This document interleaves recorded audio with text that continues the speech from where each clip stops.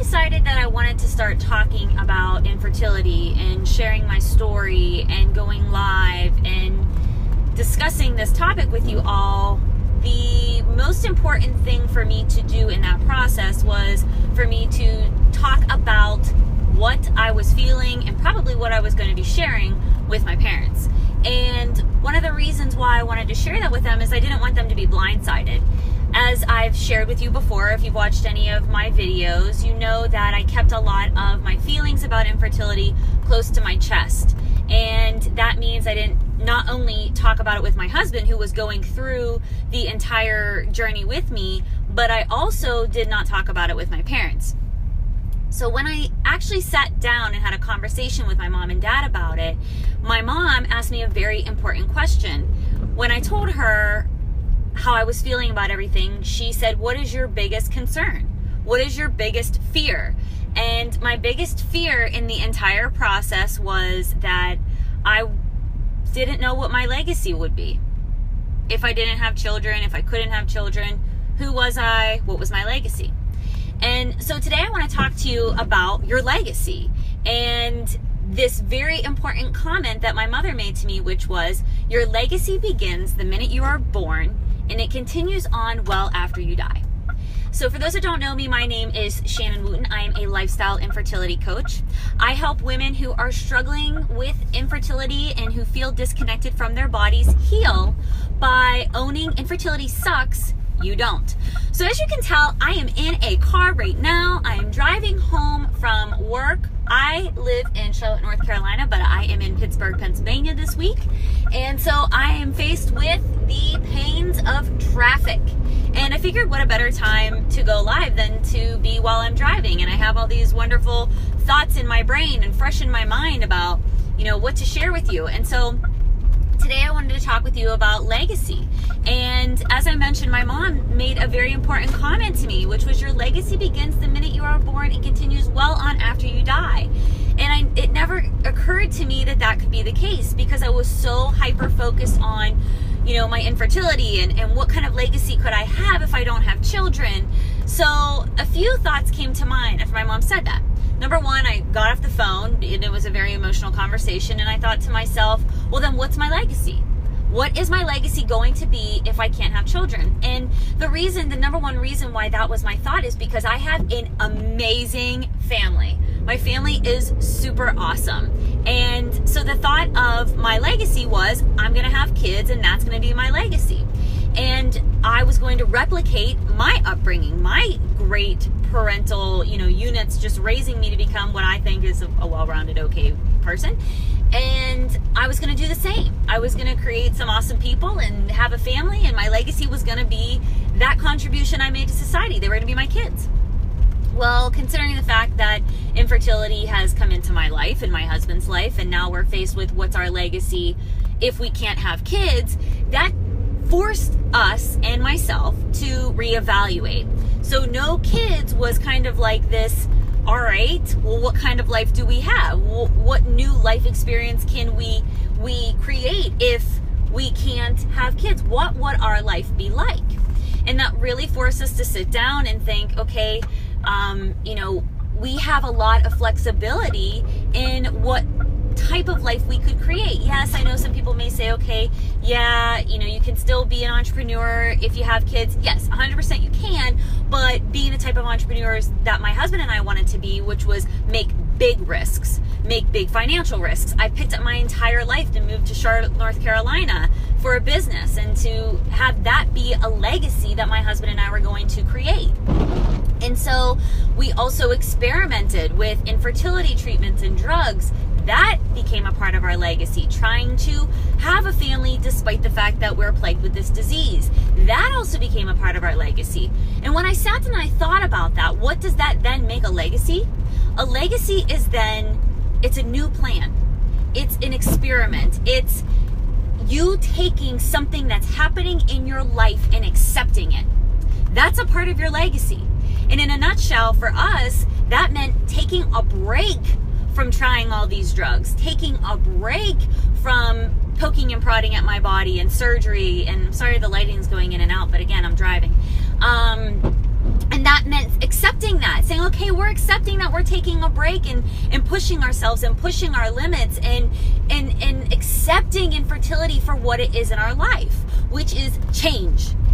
That's what infertility is. It's a change in our life. It's a change to that fairy tale ideal lifestyle and family that we had set in stone in our minds. And legacy then became this new thing to me and to my husband. Instead of legacy being the kids we were going to have to create our existence, create this family, legacy became he and I creating a family. Legacy then became he and I accepting what infertility was in our life. Legacy then became the things that we tried at, we accomplished, we didn't accomplish, and we failed at. Legacy became us.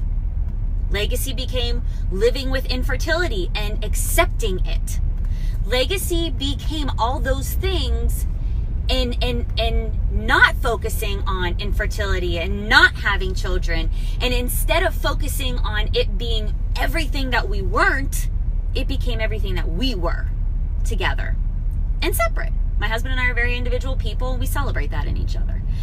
So I had a conversation with somebody very recently, and they shared with me some very intimate details about their struggle with infertility, and I'm super appreciative of it. And almost every single time, it makes me cry because I hate that anybody else has to go through it. I fucking hate it. I really do. And I wish I could change it, but I can't. And it makes me always think to myself, I wish I could change it, but I can't. And I want so badly for you to get to that place where you accept that you wish you can change it, but you can't either. So in thinking of that and having that very blessed and wonderful conversation where somebody was willing to open themselves up to me and share that with me, I'm so humbled by it and so grateful again, made me think about how does infertility affect our legacy for those of us that are struggling in it. And you know, I always say a struggle is a struggle.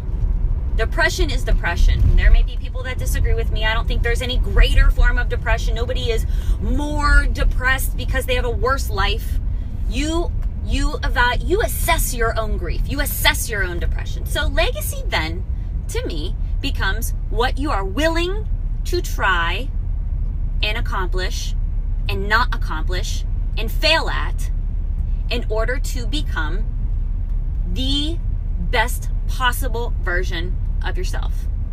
And so for me, now that I'm on the other side of my infertility depression, that's not to be confused with the fact that I still don't get depressed or that I don't have infertility anymore. I will always have infertility and it will always make me sad. That's something that you can just accept. You'll probably be sad by it or from it every now and again. It creeps up on you. It never goes away. It's a part of you.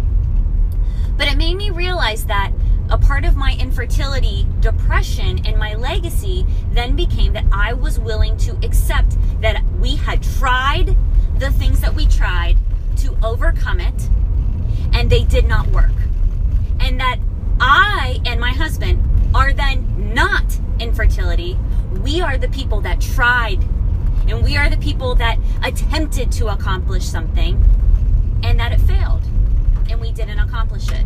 It doesn't make us failures. It doesn't make our legacy any less legitimate. It doesn't make us any more what's the word I'm looking for? It doesn't make us any more unfocused or unwanting of having children. I don't even know if unwanting is a word, but I just said it. We want children. We will always want to have children. But our legacy then becomes the things that we were willing to try and fail at for the sake of becoming our best possible versions of ourselves. So today I wanted to share that with you because it got me thinking about the pressure we put on our legacy, especially those of us that are struggling with infertility. We put infertility in such a high regard because it overtakes our life, and we put so much energy and effort into those feelings and that sadness that we then begin to undermine all of the effort we're willing to put into it. You're putting so much effort into becoming this person or having this life. That deserves attention. That's your legacy. Your legacy is not that you can't get pregnant. Your legacy is not that you have infertility. And your legacy is the things that you are willing to try and do despite the fact that you know you might fail in order to overcome it. So Thank you as always for signing on. Thank you for joining me on my ride home today. I'm sorry that at some points the footage was a little bit darker than others, but that's what you get. I'm home with my family and I want to be able to spend as much time with them as possible, but I also don't want to forget about you guys. I'm a real person. I got real shit going on. And I hope that you liked this video. If you did, throw me some hearts, throw me some likes. Let me know if you're interested in joining my private group, Infertility Sucks, You Don't. I would love to have you in there. Throw me some comments or suggestions or some things you want to talk about. Otherwise, I'm almost home. I'm at a stop sign right now. I'm in my neighborhood, my parents' neighborhood. Be easy. Have a fantastic week. Be freaking amazing to yourself. My heart is always with you. I already love you. Be strong. Love on yourself this week, man. You deserve it. Talk to you soon. Bye.